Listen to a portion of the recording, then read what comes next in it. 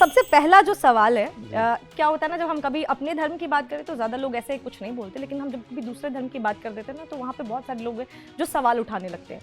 तो लास्ट हमारी पिछली जो हमने वीडियो की थी उसमें एक आपने चीज़ कही थी कि जो अल्लाह को ना माने वो काफिर है, लेकिन लोगों का ये कहना है कि आप जो बता रहे वो अधूरी जानकारी है, फैक्ट्स को गलत तरीके से आपने पेश किया है। कुछ लोगों का ये भी कहना है कि यदि कुरान में ऐसा लिखा होता तो भारत में मुगल करीब 800 साल रहे तो इतने दिनों में एक भी हिंदू जिंदा नहीं होते।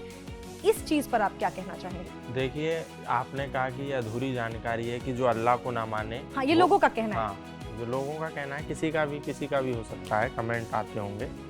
हाँ, ये अधूरी, मैंने तो अधूरी जानकारी नहीं दी थी, पर ये जो सवाल आपने किया ये मुझे अधूरा लग रहा है, क्योंकि केवल जो अल्लाह को ना माने वो काफिर नहीं है। जो अल्लाह को ना माने, जो कुरान को ना माने, जो मोहम्मद साहब को ना माने, और जो अल्लाह के अतिरिक्त दूसरे किसी व्यक्ति विशेष की इबादत करे, जो मोहम्मद साहब के अतिरिक्त किसी और को पैगंबर माने, वो काफिर है। ये है पूरी जानकारी।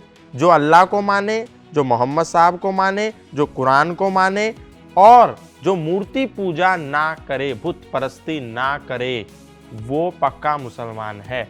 अब आप कहेंगे कि जो अल्लाह को मानेगा, जो कुरान को मानेगा, जो मोहम्मद साहब को मानेगा, तो वो तो हो ही गया मुसलमान, उसमें बुत परस्ती कहाँ से आ गई? नहीं, बहुत से ऐसे मुसलमान भी हैं जो अल्लाह को मानते हुए, मोहम्मद साहब को मानते हुए, कुरान को मानते हुए भी बुत परस्ती करते हैं, मूर्ति की पूजा करते हैं। आप कहें कैसे करते हैं?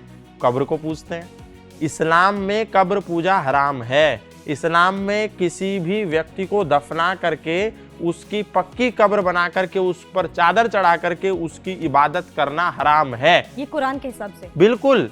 लेकिन ये कब्जाधारी लोग कुरान को नहीं मानते हुए ये चीजें भी करते हैं ताकि हम लैंड जिहाद कर सकें, ताकि हम जमीनों को कब्जा सकें। अभी मैं पिछले दिनों लगभग 2000 किलोमीटर की राजस्थान की यात्रा करके आया। मैं भटनेर के किले में गया, हनुमानगढ़ में। वहाँ पर जैसे ही भटनेर के किले में घुसा, वो किला किसका? किसी मुस्लिम आक्रांता आतंकवादी का नहीं, हमारे सनातनी योद्धाओं का, हमारे क्षत्रिय योद्धाओं का, हमारे राजपूत योद्धाओं का। उस किले के भीतर मामा भांजे की मजार बना रखी थी, दरगाह बना रखी थी। फिर वहां से निकला और मैं मेहरानगढ़ के किले में पहुंचा, जोधपुर में, जहां महाराजा जसवंत सिंह की जो कर्म भूमि थी, वहां देखा, वहां पर मजार बना रखी है किले के भीतर।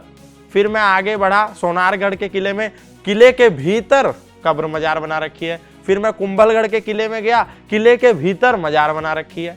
मैं जहां चला गया, क्षत्रिय योद्धाओं के किलों के भीतर मजार बन गई, जबकि इस्लाम में मजार पूजा का, कब्र पूजा का, पीर पूजा का कोई विधान नहीं है। तो ये जो लोग कह रहे हैं कि जो अल्लाह को ना माने वो काफिर है, ये बात झूठी है। तो आप कुरान को पढ़िए, आप कुरान का अध्ययन कीजिए, आप कुरान का स्वाध्याय कीजिए, और तब कमेंट लिखिए कि मैं कुछ बात गलत बोल रहा हूं। मैं एक एक बात बोलता हूं फैक्ट के आधार पर। For exclusive and insightful videos, subscribe to our new channel ABP Live Premium.